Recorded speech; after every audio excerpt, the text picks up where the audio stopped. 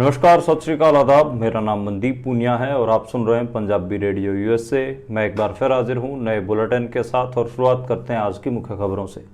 Haryana BJP के बड़े नेता और हरियाणा के पूर्व खेल मंत्री संदीप सिंह के ऊपर जूनियर महिला कोच के यौन उत्पीड़न के आरोप अदालत ने तय कर दिए हैं। अब उनके खिलाफ केस चलेगा और मामले की अगली सुनवाई 17 अगस्त को होगी। आज इंडियन पार्लियामेंट में leader of opposition Rahul Gandhi ने बजट पर अपना भाषण दिया है। उन्होंने बजट को सिर्फ 2 लोगों का बजट बताया है। उन्होंने अंबानी और अडानी पर निशाना साधा है। इसके अलावा उन्होंने कहा है कि देश की जनता को अभिमन्यु की तरह बीजेपी ने चक्रव्यूह में फंसा लिया है। इंडिया के बड़े पॉलिटिकल स्ट्रेटेजिस्ट प्रशांत किशोर ने अपने अभियान जन सुराज को अब पॉलिटिकल पार्टी में तब्दील करने का फैसला ले लिया है और उन्होंने घोषणा की है कि वे आने वाले बिहार के विधानसभा चुनाव में सभी सीटों पर चुनाव लड़ेंगे। बीते शनिवार दिल्ली के ओल्ड राजेंद्र नगर में बारिश के कारण कोचिंग संस्थान की लाइब्रेरी में पानी भर गया, जिसके कारण 3 स्टूडेंट्स की मौत हो गई है। गुस्साए स्टूडेंट्स सड़कों पर उतरे हुए हैं और जस्टिस की डिमांड कर रहे हैं। बता दें कि वो एक आईएएस कोचिंग संस्थान था।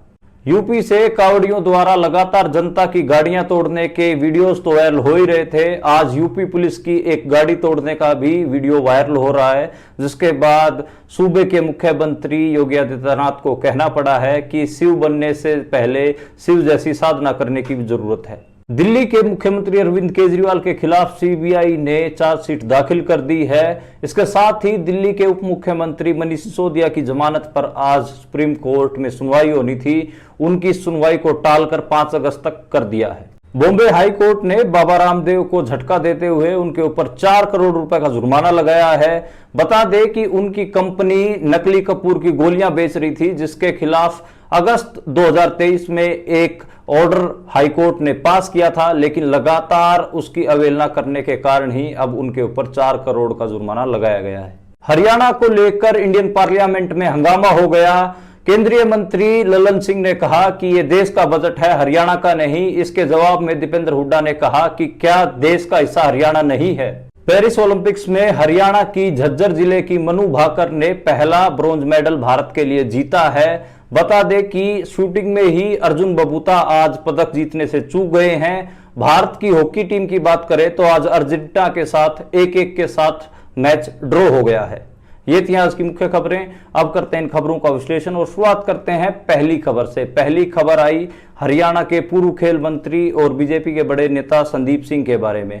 संदीप सिंह सबको पता है कि हॉकी के भारत के पूर्व कप्तान भी रहे हैं और वो हरियाणा, जब उन्होंने हॉकी से रिटायरमेंट लिया तो वो बीजेपी में शामिल हो गए थे और बीजेपी से विधायक चुनकर आए और फिर खेल मंत्री उनको बनाया गया था। लेकिन उन्होंने चंडीगढ़ में एक जूनियर महिला कोच को लगातार तंग करना शुरू कर दिया था। उनको स्नैपचैट पे मैसेज भेजते थे, इंस्टाग्राम पे मैसेज भेजते थे और उनको लगातार तंग करते थे। इसके बाद उस पूर्व महिला कोच ने चंडीगढ़ पुलिस को एफआईआर दर्ज करवाई थी। बड़ी मशक्कत के बाद वो एफआईआर दर्ज हुई। बहुत प्रोटेस्ट हरियाणा और पंजाब की औरतों को करने पड़े। उसके बाद वो एफआईआर हुई और एफआईआर होने के बाद अब अदालत ने उस मामले में आरोप तय कर दिए हैं, यानी कि अब अदालती कार्रवाई आगे चलेगी, मामले की सुनवाई होगी और संदीप सिंह को अपने बचाव में पैरवी करनी होगी। जब संदीप सिंह के ऊपर यह गंभीर आरोप लगाए जा रहे थे तो हरियाणा के मुख्यमंत्री मनोहर लाल खट्टर बेशर्मी से उनके साथ खड़े थे। पहले तो उन्होंने उनका मंत्रालय भी नहीं छीना था, लेकिन जब बहुत ज्यादा दबाव हरियाणा और पंजाब की महिलाओं ने डाला तब जाके उनको मंत्री पद से हटाया गया था। ये मामला थोड़ा सा जो बृजभूषण सिंह का मामला हुआ था महिला पहलवानों का, उससे थोड़े से पहले का है, 6 महीने पहले का है। और उसके बाद आपको पता है कि बृजभूषण शरण सिंह का भी मामला आया। अब खेल जगत की बात चली रही है तो आपने कल रविवार को सुना होगा कि भारत ने पहला ओलंपिक मेडल, जो कि ब्रॉन्ज मेडल है, वो जीत लिया है। हरियाणा की ही झज्जर की रहने वाली मनु भाकर ने मेडल जीता है। ये वही लड़की है जिसने किसान आंदोलन के लिए भी ट्वीट किया था, अग्निवीर आंदोलन के लिए भी ट्वीट किया। जब महिला पहलवान आंदोलन पर बैठी तो भी इस लड़की ने ट्वीट किया था और इसको बीजेपी के जो हरियाणा के मंत्री थे उन्होंने बहुत झूठे वादे किए कि हम आपको 2 करोड़ रुपए देंगे, ये देंगे, वो देंगे, लेकिन कुछ नहीं दिया गया। तो इस लड़की ने उन मंत्रियों के खिलाफ भी ट्वीट किया था। खैर, अब लड़की तो सोना है और लड़की जब ओलंपिक में खेलने गई तो उसने मेडल भी जीत लिया है। अब सारे मंत्री संतरी लगातार बधाइयां दे रहे हैं कि देखो देश की बेटी ने मेडल जीत लिया है। लेकिन यही देश की बेटी जब किसानों के लिए आवाज उठा रही थी, महिला पहलवानों के लिए आवाज उठा रही थी, तब कोई नहीं सुन रहा था। अब ये देश की बेटी हो गई है, अब ये उन मंत्रियों की बेटी हो गई है। और मंत्रियों ने तो उनके जो प्राइज मनी है उस लड़की के, वो भी जो पहले उसने अलग अलग इवेंट में जीते थे उनको भी नहीं दिया था। पर खैर, अब वो पुराने ट्वीट्स तो उस लड़की के वायरल होंगे ही, लोग वायरल कर रहे हैं लगातार हरियाणा पंजाब की, देखो इस लड़की ने कितना संघर्ष करके मेडल जीता है। लेकिन हम चलो देश सेलिब्रेट कर रहा तो सेलिब्रेट करने दो, ये तो होता ही है। जब कोई कामयाब हो जाता है तो सभी आ जाते हैं कि मेरी बेटी कहने वाले। और जब वो बेटी संघर्ष कर रही थी और अपने लोगों के लिए आवाज उठा रही थी, जब उसकी आवाज को कोई नहीं सुन रहा था।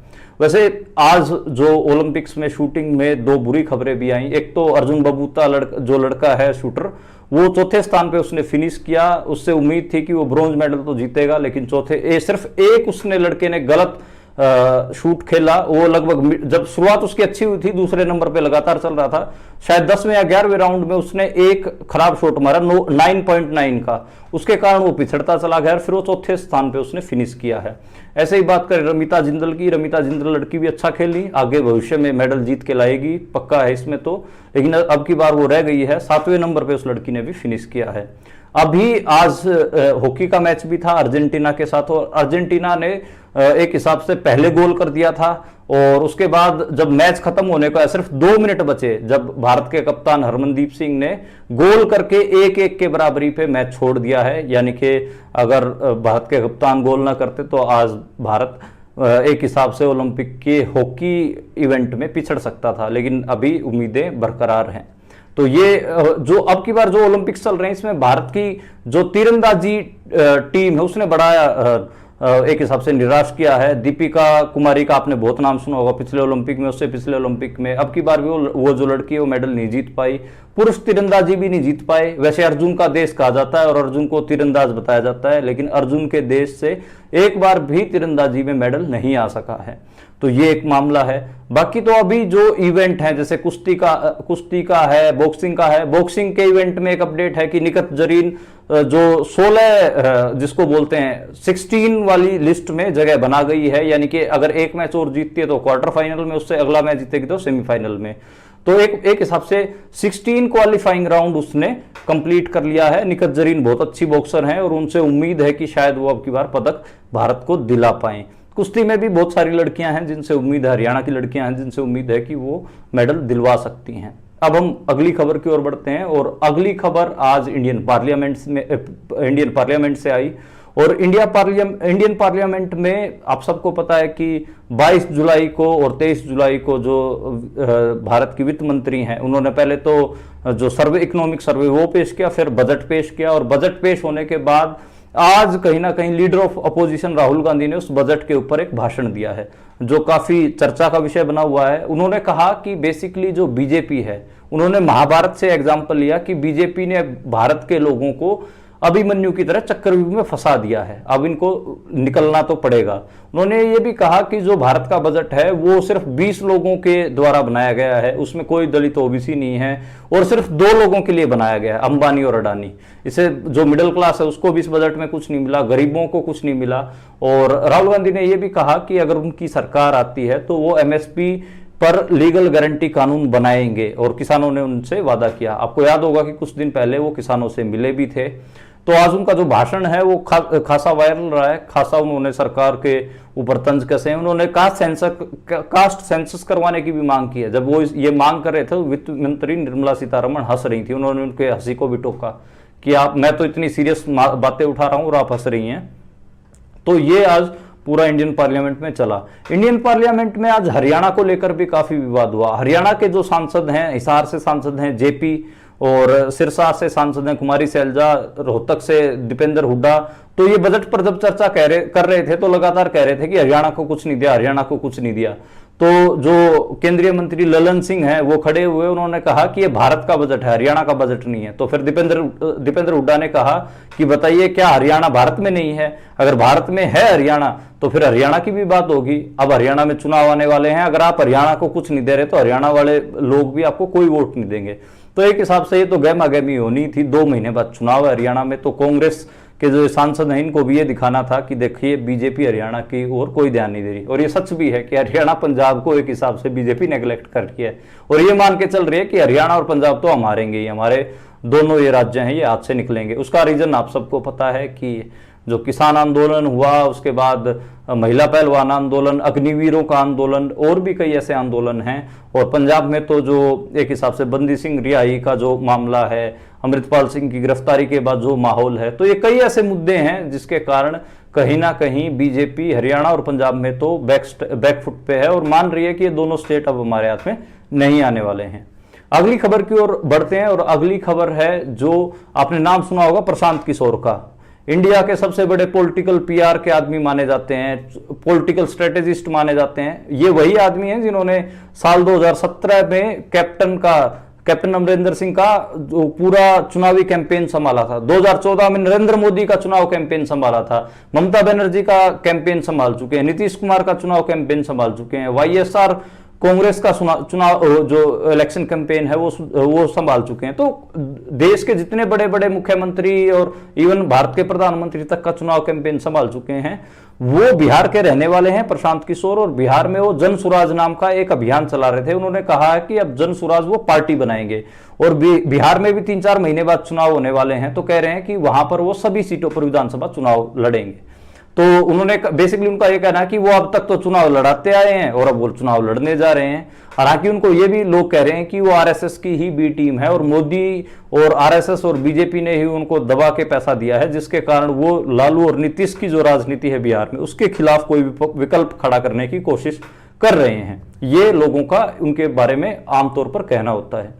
अब अगली खबर की ओर बढ़ते हैं और जो अगली खबर है वो बारिश के बारे में है और बारिश से दिल्ली में जो तबाही हुई है उसके बारे में है। शनिवार को क्या हुआ कि दिल्ली में एक बारिश आई, बारिश कोई बहुत ज्यादा नहीं थी लेकिन बारिश के कारण दिल्ली की सड़कों पे और गलियों में पानी खड़ा हो गया। जो अंडरग्राउंड बेसमेंट थे उनमें पानी भरा भी। ऐसे ही दिल्ली का ओल्ड राजेंद्र नगर है जहां पे लोग अफसर बनने की तैयारियां करते हैं, यानी कि आईएएस आईपीएस बनने की जो तैयारियां कोचिंग इंस्टीट्यूट हैं वहीं पर ही हैं। और उनमें से एक कोचिंग इंस्टीट्यूट की लाइब्रेरी बेसमेंट में थी और उसमें बच्चे पढ़ रहे थे और उसमें पानी चला गया, जिसके कारण 3 स्टूडेंट्स की मौत हो गई है। 2 मेल स्टूडेंट्स थे, एक फीमेल स्टूडेंट थी और तीनों ही स्टूडेंट्स को ब्राइट स्टूडेंट बताया जा रहा है। उसके बाद ओल्ड राजेंद्र नगर में जितने भी कोचिंग इंस्टीट्यूट्स हैं, जितने भी उनके स्टूडेंट्स जो तैयारी कर रहे हैं वहां पर, वो सब सड़कों पे उतरे और उन तीनों स्टूडेंट्स की मौत की जिम्मेदारी तय करने की बात हुई। उस कोचिंग संस्थान के 2 मालिकों को गिरफ्तार भी किया गया है।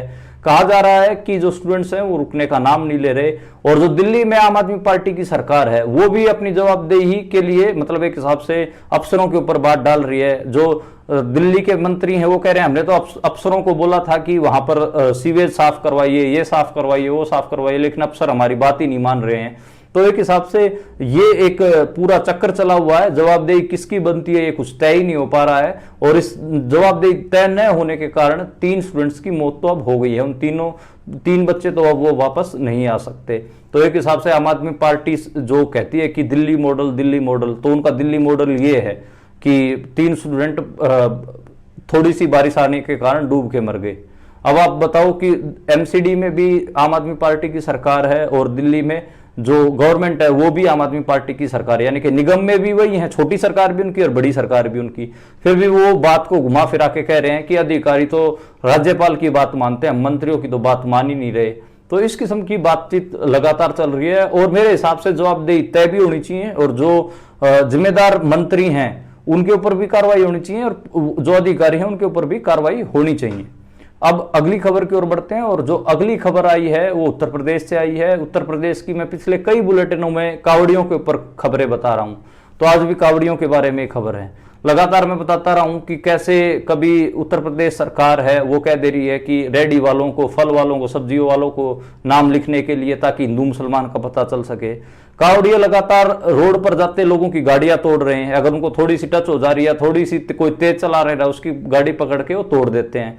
आज कावड़ियों ने उत्तर प्रदेश पुलिस की गाड़ी तोड़ दी है और गाजियाबाद में वो गाड़ी तोड़ी है, उसकी वीडियो भी वायरल हो रही है। जिसके बाद फाइनली उत्तर प्रदेश के मुख्यमंत्री योगी आदित्यनाथ को यह कहना पड़ा है कि शिव की साधना करने वाले, यानी कि शिव जैसा बनने के लिए शिव की साधना करने की भी जरूरत है। उनके चीजों को फॉलो करने की भी जरूरत है। अब जब उसकी योगी आदित्यनाथ की पुलिस की गाड़ी टूटी है तब तो वो बयान देके कावड़ियों को कह रहे हैं कि आप अनुशासन में रहें, आप अच्छे से रहें, और जब लोगों की गाड़ियां तोड़ रहे थे तब कह रहे थे कि अरे रे ये तो साक्षात शिव का रूप है, इनको तो कोई कुछ नहीं कहेगा, ये तो अच्छा ही कर रहे हैं। तो एक हिसाब से लोग उन वीडियोस को, कावड़ियों की वीडियोस को देख रहे हैं तो ये भी कह रहे हैं कि वो तो एक हिसाब से जोम्बी बन गए हैं, जोम्बी भीड़ है ये। अगर इनको कोई कुछ भी कहेगा तो ये हमला कर देती है, गाड़ियां तोड़ देती है, लोगों को मारने दौड़ती है। और आज उत्तर प्रदेश पुलिस के साथ ये घटनाक्रम इस जोम्बी भीड़ ने, कावड़ियों की भीड़ ने कर दिया है।